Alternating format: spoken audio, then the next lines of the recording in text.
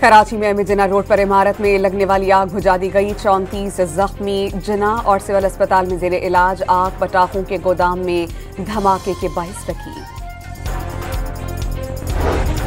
कराची के मुख्तलिफ इलाकों में बारिश का तीसरा स्पेल। सुल्तानी टाउन, न्यू कराची, गुलशन मेमार, नॉर्थ कराची और ओल्ड सिटी एरिया में बादल बरस पड़े। तर्जुमान महकमा मौसमियात ने सिलसिला रात तक वक्फे से जारी रहने की पेशगोई कर दी। रात को बारिश का सिस्टम खत्म होने का इम्कान।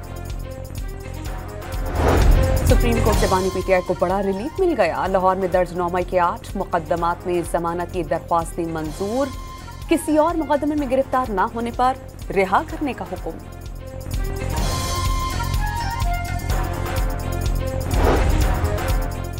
पाकिस्तान तहरीक इंसाफ ने राजा ने सुप्रीम कोर्ट से बानी की जमानतें मंजूर होना खुश आइन करार दे दिया। अलकादिर ट्रस्ट केस में भी फैसला हक में आने की उम्मीद का इजहार। और लाहौर में घरेलू झगड़े पर रिक्शा ड्राइवर अरफा करीम टावर के करीब हाई वोल्टेज खंभे पर चढ़ गया। बीवी और 2 बच्चे नीचे मौजूद रहे। पुलिस की नीचे उतारने की कोशिशें।